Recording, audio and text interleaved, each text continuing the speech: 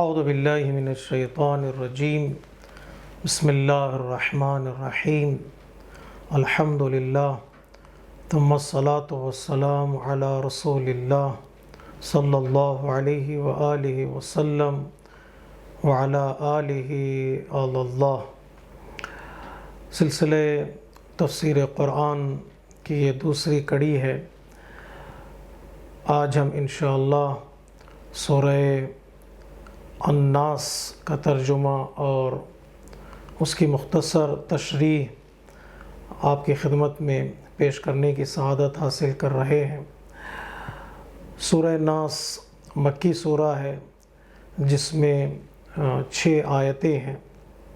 یہ قرآن مجید کا آخری سورہ ہے جس سورے پر قرآن مجید کے سوروں کی تکمیل ہوتی ہے۔ ہم نے سورہ حمد میں بسم اللہ کی تفسیر میں یہ پڑھا ہے کہ ہم بسم اللہ کے ذریعے سے اللہ کی بارگاہ میں مدد مانگتے ہیں، استعانت طلب کرتے ہیں، اور اسی طرح سورہ حمد کی آیتوں میں جب وہاں پہنچتے ہیں جہاں ہم اللہ کی عبادت کا اقرار کرتے ہیں تو اللہ سے مدد مانگنے کا اعلان کرتے ہیں۔ وَإِيَّاكَ نَعْبُدُ وَإِيَّاكَ نَسْتَعِينُ، جہاں استعانت اللہ کی بارگاہ میں ہے، جہاں پر مدد مانگنا اللہ سے ہے، تو آخری سورہ اس پہلے سورے سے کنیکٹڈ ہے۔ آخری سورہ پہلے سورے سے مل جاتا ہے، یوں کہ وہاں پر ہم نے مدد مانگی تھی، اور اس آخری سورے میں ہم اللہ کی بارگاہ سے پناہ مانگ رہے ہیں، جسے استعاذہ کہا جاتا ہے۔ پناہ مانگنا، سیکنگ ریفیوج، یہ صرف اور صرف اللہ کی بارگاہ میں ممکن ہے اور ممکن ہو سکتا ہے۔ تو سورہ کی تلاوت کا شرف جو حاصل کرتے ہیں، اور ان کی تاکید کی گئی ہے کہ سورے کو پڑھا کریں، خصوصی طور پر پرابلمز سے دوری اختیار کرنے کے لیے، یا پرابلمز کو دور کرنے کے لیے، یا بیماریوں سے نجات حاصل کرنے کے لیے بہت ہی تاکید ہے کہ انسان اس سورے کی تلاوت کرے، اور خصوصی طور پر شیطان کے وسوسوں سے اپنے آپ کو بچانے کے لیے اس سورے کی تلاوت کی فضیلت بیان کی گئی ہے۔ پیغمبر اسلام ختمی مرتبت حضرت محمد مصطفیٰ صلی اللہ علیہ وآلہ وسلم فرماتے ہیں کہ جو سورہ معوذتین کی تلاوت کرتے ہیں نماز وتر میں، اللہ تبارک و تعالیٰ یہ اعلان کرتا ہے کہ اس کی نماز قبول ہو چکی ہے۔ یعنی وہ نماز وتر جہاں سورے یہ پڑھے جاتے ہیں، سورہ فلق اور سورہ ناس، اللہ اس نماز کو قبول کر لیتا ہے۔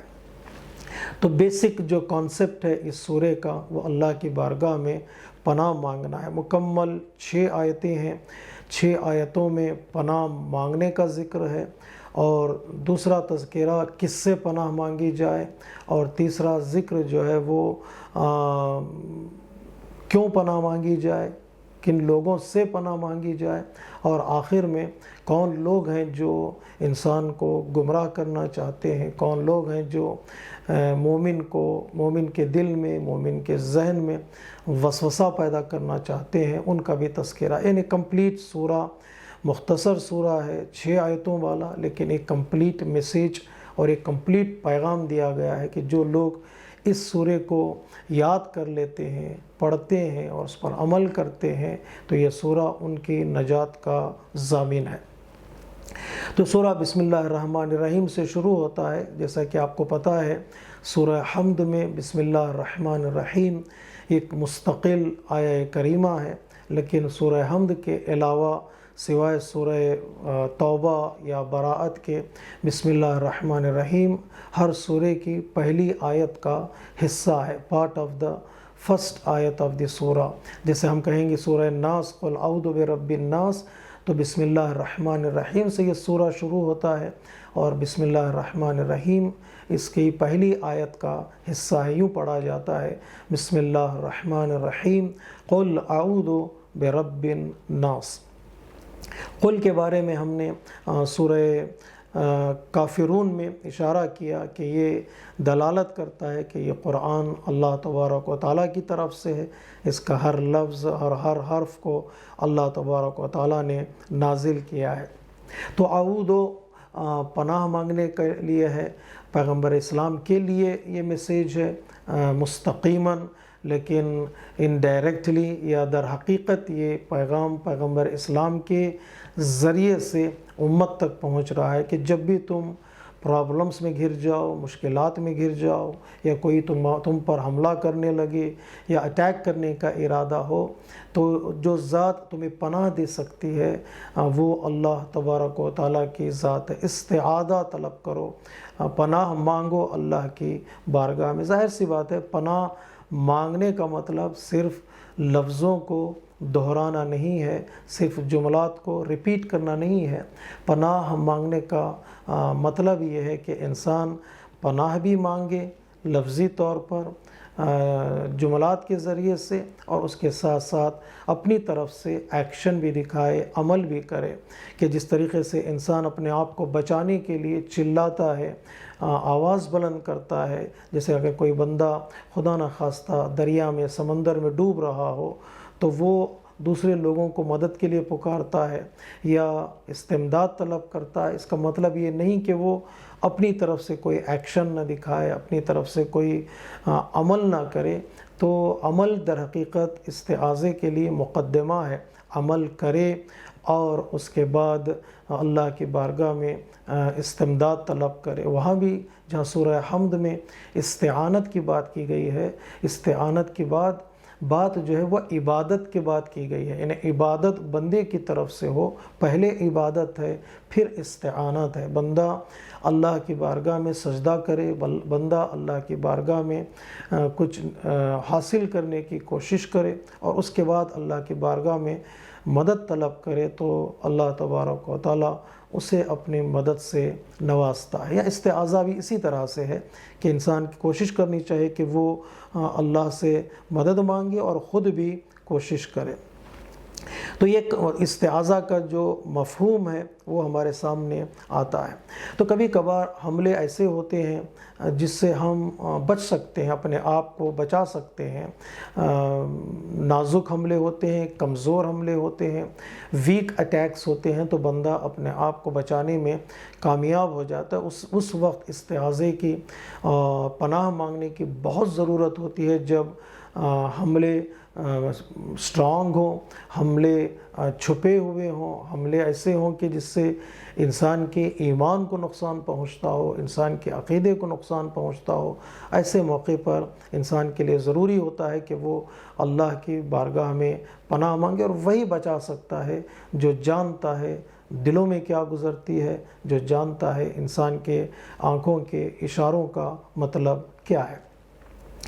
تو یہ سورہ انہی الفاظ سے شروع ہوتا ہے، قل اعوذ برب الناس۔ تو ہم اللہ کی بارگاہ میں پناہ مانگتے، میں پناہ مانگتا ہوں لوگوں کے پروردگار سے۔ رب کا لفظ یا رب کی جو صفت ہے، اللہ کی بہت ہی بڑی صفت ہے، اسے اللہ تبارک و تعالیٰ نے بار بار اس کا ذکر کیا ہے قرآن مجید میں۔ پہلے سورے میں بھی رب کا ہے تذکرہ، الحمدللہ رب العالمین، اور آخری سورے میں بھی رب کا ذکر ہے، رب الناس۔ رب یعنی بندوں کا خیال کرنے والا، رب یعنی بندوں کی کیئر کرنے والا، رب یعنی بندوں کو ٹرین کرنے والا، رب یعنی بندوں کے رزق کا انتظام کرنے والا، رب یعنی بندوں کا خیال کرنے والا۔ یہ سارے معنی جو ہے ایک لفظ میں چھپے ہوئے ہیں۔ یہ صفت وہ صفت ہے جسے اللہ بہت پسند کرتا ہے۔ اگر مستقل طور پر یہ صفت کا ذکر ہو رب، تو سوائے اللہ کے کسی اور کے لیے یہ لفظ استعمال نہیں کیا جاتا۔ رب الناس یعنی لوگوں کے پروردگار، سارے لوگ اللہ کے ربوبیت کے سائے میں زندگی گزارتے ہیں۔ چونکہ وہ رب ہے تو لہٰذا وہ بندوں کو پناہ بھی دیتا ہے، اس نے بندوں کا آسرا بھی بنتا۔ کون بندے ہیں، کون انسان ہے؟ الناس کا مطلب یہ ہے کہ سارے انسان، چاہے وہ مومن ہوں یا کافر ہوں، چاہے وہ عبادت کرتے ہوں یا عبادت نہ کرتے ہوں، سب کا رب ہے اللہ تبارک و تعالیٰ۔ بندہ یاد کرے یا نہ کرے، اس کو رب کے طور پر یا اس کو ایکسیپٹ کرے یا نہ کرے، لیکن اللہ تبارک و تعالیٰ نے اپنے آپ کو بندوں کا، انسانوں کا رب قرار دیا ہے۔ پہلی صفت ہے پناہ مانگنے کے لیے اللہ نے جس کا ذکر کیا وہ رب ہے، رب الناس۔ دوسری صفت ہے ملک الناس، اور تیسری صفت ہے الہ الناس۔ رب یعنی پروردگار، لارڈ پالنے والا، اور ملک الناس یعنی کنگ ہے اللہ تبارک و تعالیٰ، بادشاہ ہے۔ اللہ اتھارٹی رکھتا ہے، اللہ کنٹرول کرتا ہے ساری کائنات کو، زمین و آسمان کو، دو چیزیں ان دونوں کے درمیان میں ہیں۔ وہ مالک ہے، وہ اونر ہے، اونرشپ اللہ کے ہاتھ میں ہے وتھ فل اتھارٹی۔ تو وہاں پر سورہ حمد میں رب کا تذکرہ آیا، اور سورہ حمد میں مالک کا تذکرہ آیا، یہاں بھی سورہ الناس میں ملک الناس ہے اور مالک ہونے کا تذکرہ ہے اس دنیا میں کہ اللہ مالک ہے، ملک ہے، بادشاہ ہے، فل آف اتھارٹی رکھنے والا ہے۔ اور اس کے بعد تیسری صفت ہے الہ الناس۔ الہ الناس یعنی اللہ صرف اور صرف اللہ معبود ہے، جس کی عبادت کی جاتی ہے اور جس کا سجدہ کیا جاتا ہے۔ کائنات میں سوائے اللہ کے کوئی معبود نہیں ہے، کسی اور کی عبادت نہیں کی جا سکتی۔ وہ رب ہونے میں بھی اکیلا ہے، وہ ملک ہونے میں بھی اکیلا ہے، اور وہ معبود ہونے میں بھی اکیلا ہے۔ رب ہے تو وہ، ملک ہے تو وہ، اور الہ ہے تو وہ۔ تو 3 مرتبہ ہم نے اس پناہ مانگنے میں 3 صفتوں کا تذکرہ کیا، الگ الگ طریقوں سے، کبھی رب الناس، کبھی ملک الناس، کبھی الہ الناس۔ تو تینوں مراحل کا ذکر کیا ہے، اور ہمارے بعض کامنٹیٹر نے ان مراحل کو وضاحت کرنے کی کوشش کی ہے اپنی طرف سے، ورنہ اللہ کے صفات کو ہم حالات کے اعتبار سے استعمال کرتے ہیں۔ قرآن مجید میں بھی اللہ نے حالات کے اعتبار سے، سچویشنز کے اعتبار سے ان صفات کا ذکر کیا ہے جن صفات کا انسان کی اس سچویشن میں بہت زیادہ ضرورت پڑتی ہے، بہت زیادہ نیاز ہوتی ہے انسان کی، اس صفت کا تذکرہ کیا جاتا ہے۔ یہاں پر چونکہ رب کا تذکرہ کیا ہے پہلی آیت کریمہ میں، پناہ مانگنے کے لیے عام طور پر جو بچے ہوتے ہیں گھر میں ماں باپ کے سائے میں زندگی گزارتے ہیں، ان کو جو چیز یاد رہتی ہے وہ ماں باپ کا پالنا یاد رہتا ہے، ماں باپ کا ٹرین کرنا یاد رہتا ہے۔ نزدیک ترین جو لوگ ہوتے ہیں اس بچے کے لیے اس کے ماں باپ ہیں، پرورش کے نتیجے میں اور ان کی تربیت کے نتیجے میں۔ جب آدمی گھر سے باہر نکلتا ہے، تھوڑا بڑا ہو جاتا ہے، تو ماں باپ سے ہٹ کر ایک اور قوت اس کے ذہن میں آتی ہے کہ پریشانیوں میں مجھے مثلاً کوئی پریسیڈنٹ بچا لے گا، کوئی منسٹر بچا لے گا، کوئی بادشاہ بچا لے گا، جو گھر سے باہر کی منزل ہے۔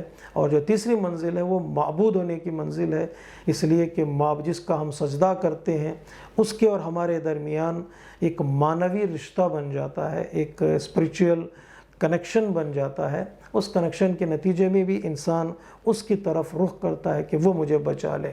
تو پہلا مرحلہ پرورش کا ہے جو نزدیک ترین مرحلہ ہے اللہ تبارک و تعالیٰ کی بارگاہ سے، انسان کہتا قل اعوذ برب الناس۔ دوسرا بادشاہ ہے جس کے ہاتھ میں کنٹرول ہے کہ آدمی کو کہیں آسرا نہیں ملتا ہے تو وہ دوڑ کر اس کی طرف جاتا ہے، اس کا رخ کرتا ہے تاکہ وہ اسے بچا لے۔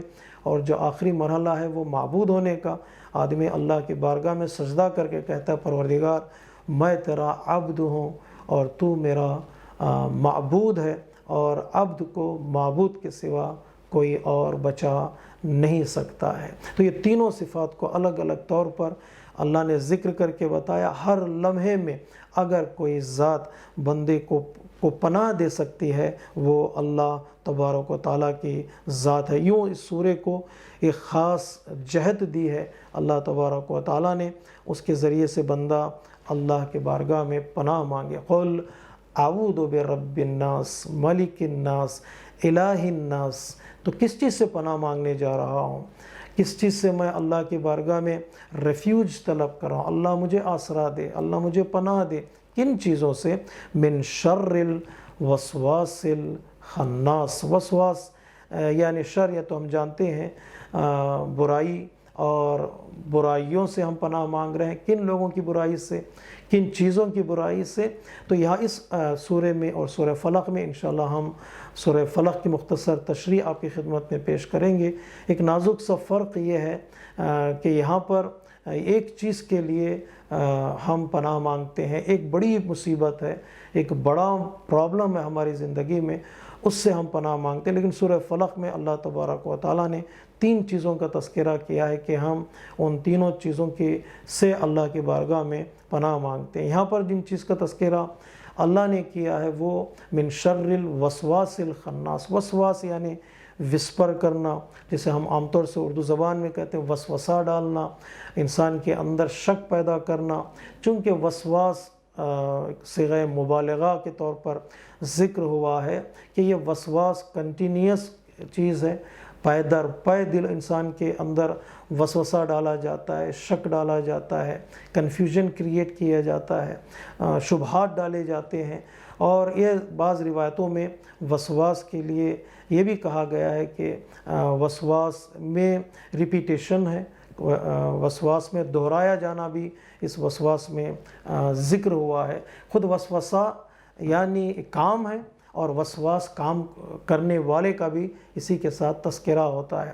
یعنی من شر الوسواس، اس وسوسے سے میں پناہ مانگتا ہوں، وسوسے کی برائی سے میں پناہ مانگتا ہوں۔ الخناس، خناس در حقیقت چھپی ہوئی طاقت کا نام ہے، ایک چھپی ہوئی چیز کا نام ہے جو بار بار انسان کی زندگی میں وسوسہ ڈالنے کی کوشش کرتی ہے یا کوشش کرتا ہے۔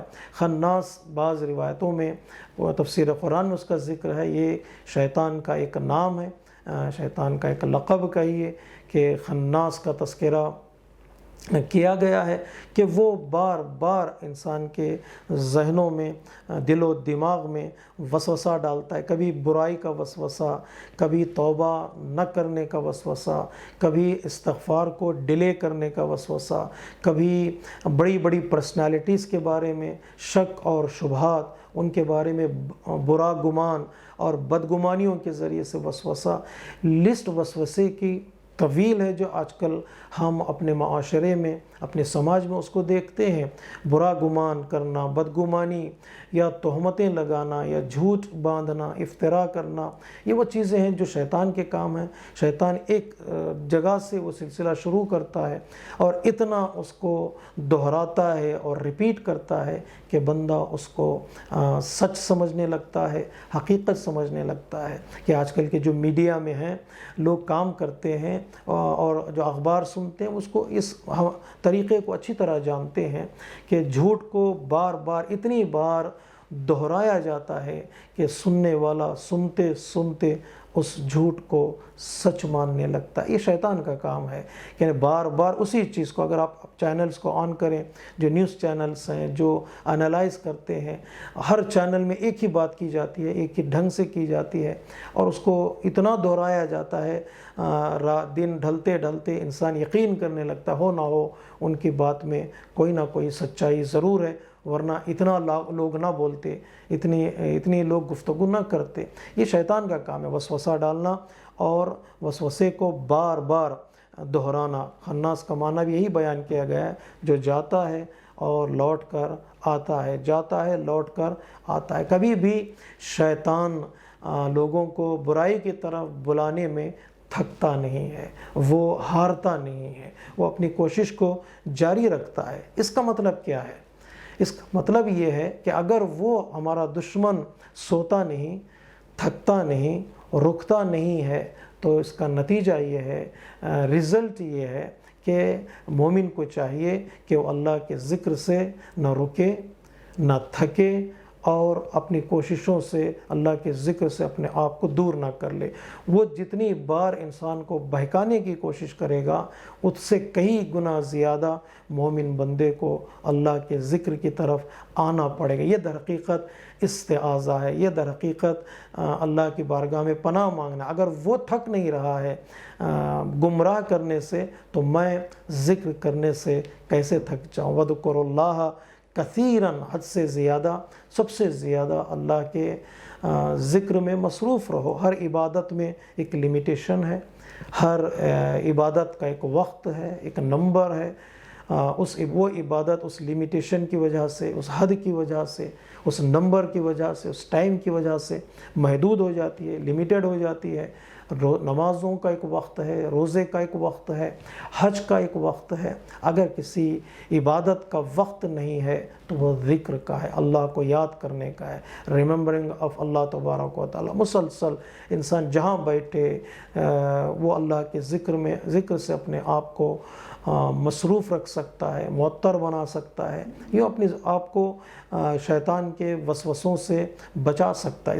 اگر انسان تھوڑی دیر کے لیے اللہ کے ذکر سے غافل ہو جائے، خالی ذہن، خالی دل جو ہے وہ شیطان کا گھر بن جاتا ہے۔ تو اس اعتبار سے بھی اس کو ہم پیغام کے طور پر لے سکتے ہیں۔ کیا کرتا ہے شیطان جو بار بار آتا ہے؟ من شر الوسواس الخناس سے میں پناہ مانگتا ہوں۔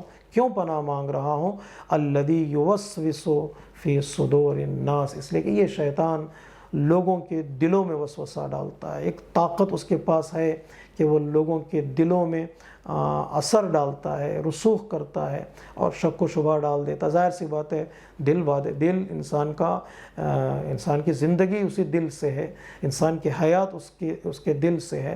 اگر دلوں میں وسوسہ پیدا ہو جائے، دلوں میں نا امیدی پھیل جائے، دلوں میں ڈاؤٹس کریٹ ہو جائیں، ظاہر سی بات ہے دل کا اثر انسان کے اعضاء اور جوارح پہ پڑتا ہے۔ مثلا اگر کوئی انسان کسی بزرگ شخصیت کو آتا ہوا دیکھے، پرسنالٹی کو آتا ہوا دیکھے، ایک نیچر ہے مسلمان ہوتے ہوئے انسان کا دل چاہتا ہے کہ اسے سلام کرے، اس کی رسپیکٹ کرے، اسے جگا دے، اس کے احوال پرسی کرے، اسے مصافحہ کرے۔ لیکن کبھی کبھار شیطان دل میں وسوسہ ڈالتا ہے، یہ آنے والا پتہ ہے کون ہے؟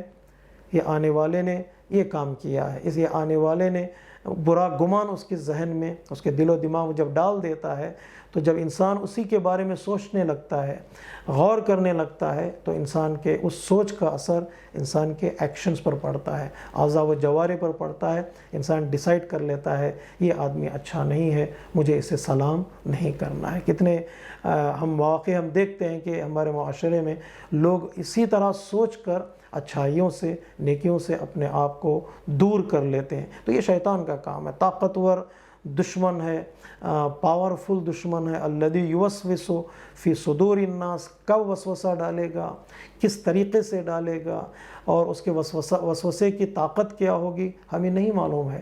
چونکہ نہیں معلوم ہے ہمیں اللہ کی پناہ میں جانا چاہیے، اللہ سے کہیں پروردگار تو ہمیں بچا لے، اس لیے کہ یہ طاقتور ہے اور اللہ سے بڑا کوئی دنیا میں طاقتور نہیں ہے۔ تو یہ طاقتور دشمن ہے، نظر نہیں آتا ہے، وسپر کرتا ہے، لفظ اس کے پاس نہیں ہوتے ہیں، انسان کے ذہن و دل و دماغ پر اثر کرنے لگتا ہے۔ تو بندے کو چاہیے کہ وہ ذکر پروردگار کے ذریعے سے اللہ کی بارگاہ میں پناہ مانگے۔ کتنی خوبصورت آیت کریمہ ہے، سورہ اعراف کی آیت نمبر 102۔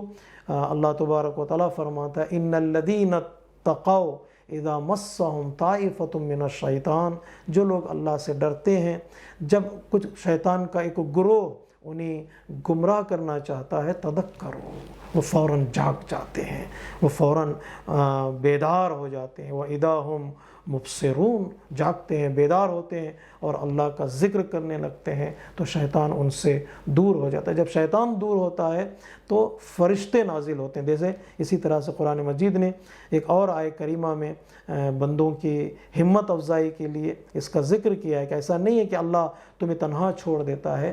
اگر اللہ شیطان کے مقابل میں اللہ کا ذکر کرو گے تو اللہ کیا کرتا ہے؟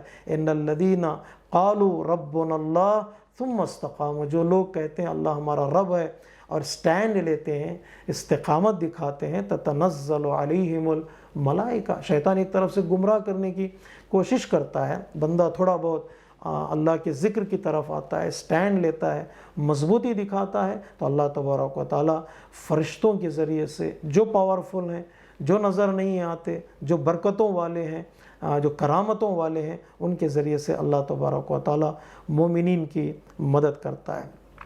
کہا جاتا ہے یہ شیطان جو ہے، جب یہ آیہ کریمہ توبہ والی آیہ کریمہ نازل ہوئی، والذین اذا فعلوا فاحشۃ او ظلموا انفسهم ذکروا اللہ فاستغفروا لذنوبہم، کہ جو لوگ برائی کرتے ہیں، ان سے خطا ہو جاتی ہے، وہ لوگ اللہ کی بارگاہ میں ذکر کرتے ہیں، اقرار کرتے ہیں، اعتراف کرتے ہیں کہ اپنے نفسوں پر ہم نے ظلم کیا، اور اللہ کی بارگاہ میں طلب مغفرت کرتے ہیں. تو جب یہ آیہ کریمہ نازل ہوئی تو شیطان پریشان ہو گیا. شیطان پریشان ہونے کے بعد اس نے اپنے شاگردوں کو، اپنے چیلوں کو بلایا، بتاؤ کیا کیا جائے. اس لیے کہ توبہ کی آیت جب نازل ہوئی ہے تو بندہ گناہ کرے گا اور پھر توبہ کر لے گا تو اس کے گناہ صاف ہو جائیں گے. وہ اللہ کو غفور ماننے لگا ہے، وہ اللہ کو رحیم ماننے لگا ہے. کوئی ایسی چال چلو کہ بندے اس سے ہم اس کا ایمان چھین لیں، اس کا ایمان کمزور کریں، یہ توبہ ہی سے دور ہو جائے، استغفار نہ کرے. تو کیا کیا جائے؟ ہر ایک اس کے اسٹوڈنٹ نے، اس کے چیلے نے ایک مشورہ دیا، ایک ایڈوائز اس نے دی، تو اس نے کسی کو قبول نہیں کیا.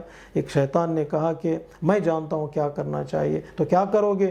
کہ میں توبہ ہی کے سلسلے میں ان کے دلوں میں وسوسہ ڈال دوں گا، توبہ ہی کے ذریعے سے ان کے دلوں میں شک ڈال دوں گا. وہ کیسے؟ کہ اتنا بڑا گناہ ہے، اللہ قبول نہیں کرے گا. تو اس سے گناہ بار بار ہو گئے ہیں، اللہ قبول نہیں کرے گا.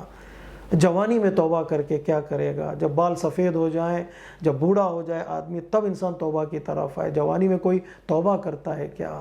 اس طرح سے میں بندوں کے دل و دماغ میں وسوسہ ڈالوں گا. شیطان نے کہا اب ہم کامیاب ہو گئے. آج جتنی بھی نا امیدی دنیا میں نظر آتی ہے، تنہائیاں نظر آتی ہیں، اور اللہ کے بارگاہ سے لوگوں کا دور ہونا نظر آتا ہے، صرف اسی وسوسے کی وجہ سے ہے کہ اللہ مجھے معاف نہیں کرے گا، میرے گناہ زیادہ ہیں، اللہ مجھے معاف نہیں کرے گا، میری خطائیں بے شمار ہیں.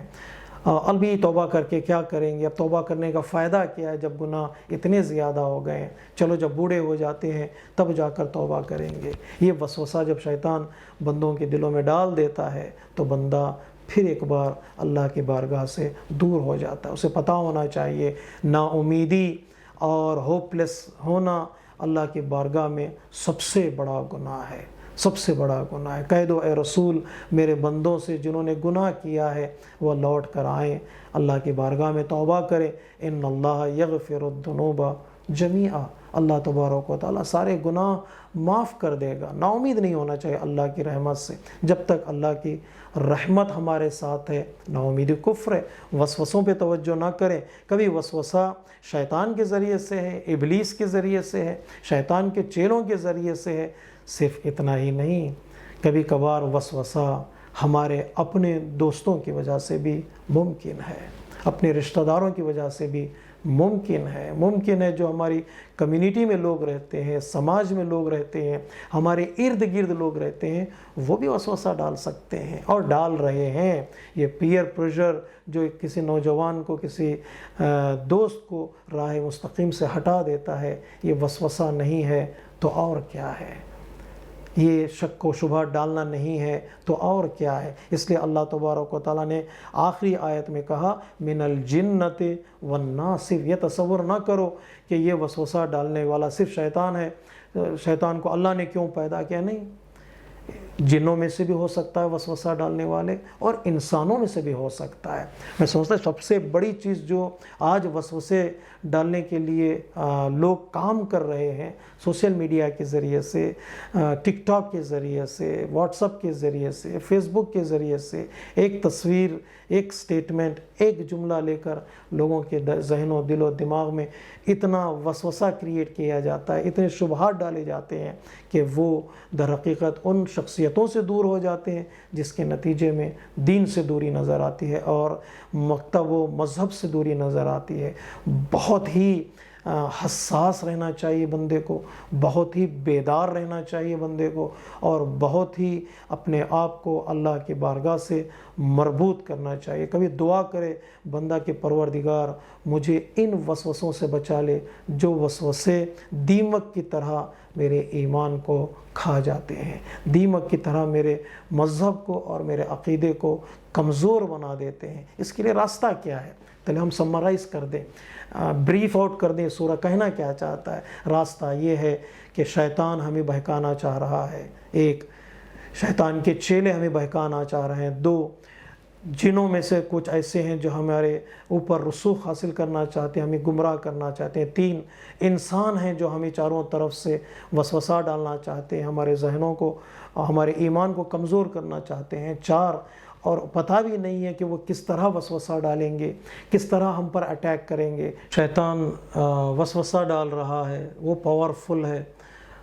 دوست احباب ممکن ہے کہ انسان کے اندر وسوسہ پیدا کریں، وہ طاقتور ہیں، اور ممکن ہے کہ میرے گھر والے میرے اندر وسوسہ پیدا کریں، وسپر کریں، تو وہ طاقتور ہیں، اور مجھے پتہ نہیں ہے کہ وسوسے کہاں سے آتے ہیں، کیسے آتے ہیں، کون سی چیز وسوسہ ہے، کون سی چیز شک ہے، کون سی چیز ہدایت ہے، کون سی چیز ایڈوائز ہے، اس کا سمجھنا بھی میرے لیے دشوار ہے۔ اور یہ زمانہ دھیرے دھیرے اس ڈائریکشن کی طرف جا رہا ہے جس ڈائریکشن میں دین نظر نہیں آ رہا ہے، انسانیت نظر نہیں آ رہی ہے، اور ہر ایک کو گمراہ کرنے کی کوشش کی جا رہی ہے۔ جو میرا تصور کہتا ہے، پتہ نہیں ہو سکتا ہے غلط ہو جائے، کہ فیوچر میں جس رخ پہ دنیا جا رہی وہ دنیا نو ریلیجن کی دنیا ہے، مذہبی نہ ہو، انسانیت ہی نہ ہو، ایک جنگل راج ہو، ایک حیوانوں کی طرح ہر انسان زندگی گزارنے لگے۔ اگر اس ڈائریکشن میں جا رہی ہے تو ایک ہی راستہ ہے کہ انسان اپنے آپ کو بچائے، اپنے ایمان کو بچائے، اپنے گھر والوں کو بچائے، اپنے تصورات کو بچائے۔ کس طرح بچا سکتا ہے؟ طریقہ کیا ہے؟ عبادتیں ہمیں بچا لیتی ہیں، اللہ کا ذکر ہمیں بچا لیتا ہے، تلاوت قرآن ہمیں بچا لیتے ہیں، اہل البیت علیہ الصلاۃ والسلام کا ذکر مقدس ہمیں بچا لیتا ہے۔ اپنے آپ کو ان چیزوں میں مصروف رکھیں اور کہیں اللہ کی بارگاہ میں بسم اللہ الرحمن الرحیم، قل اعوذ برب الناس ملک الناس الہ الناس۔ اے مجھے بچپن میں بچانے والے، آسرا دینے والے، اے مجھے جوانی میں بچانے والے، آسرا دینے والے، آج مجھے آسرا دے دے، مجھے بچا لے تاکہ میرا ایمان بچ جائے اور میرا عقیدہ بچ جائے اور میری انسانیت بچ جائے انشاءاللہ۔